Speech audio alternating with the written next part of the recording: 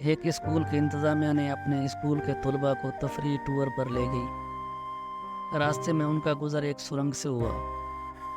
سرنگ کے دانے پہ یہ بھی لکھا ہوا تھا کہ آگے اونچائی ہے، لیکن ڈرائیور نے بس نہیں روکی کیونکہ بس کی اونچائی 5 میٹر تھی اور اس سرنگ کے نیچے سے بس ڈرائیور پہلے بھی گزرتا تھا، مگر اس بار بس سرنگ کے چھت سے رگڑ کر درمیان میں پھنس گئی، جس سے بچے خوف و ہراس میں مبتلا ہو گئے۔ بس ڈرائیور کہنے لگا، ہر سال میں بغیر کسی پریشانی کے سرنگ عبور کرتا ہوں، مگر پتہ نہیں اس بار بس کیوں پھنس گئی ہے۔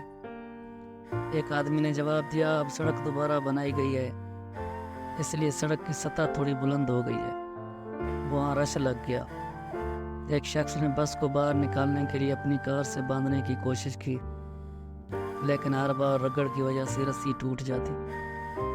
کچھ نے بس کو کھینچنے کے لیے ایک مضبوط کرین لانے کا مشورہ دیا اور کچھ نے کھود کر توڑنے کا مشورہ دیا۔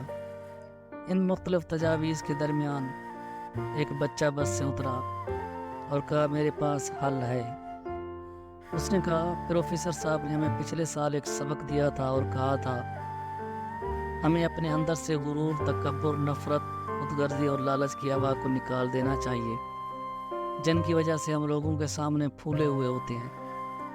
اگر ہم ان الفاظ کو بس پر لگا دیں اور اس کے ٹائروں سے تھوڑی سی ہوا نکال دیں تو بس سرنگ کی چھت سے نیچے آ جائے گی اور ہم باحفاظت گزر جائیں گے۔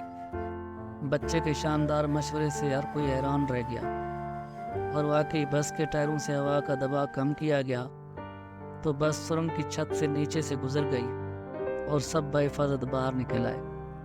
ہمارے وسائل بھی ہمارے اندر موجود ہیں، ہمارے دشمنوں کی طاقت میں نہیں ہیں۔ اس لیے اگر ہم اپنے اندر سے غرور اور باطل کی ہوا نکال دیں گے تو دنیا کی اس سرنگ میں سے ہمارا گزر بآسانی ہو جائے گا۔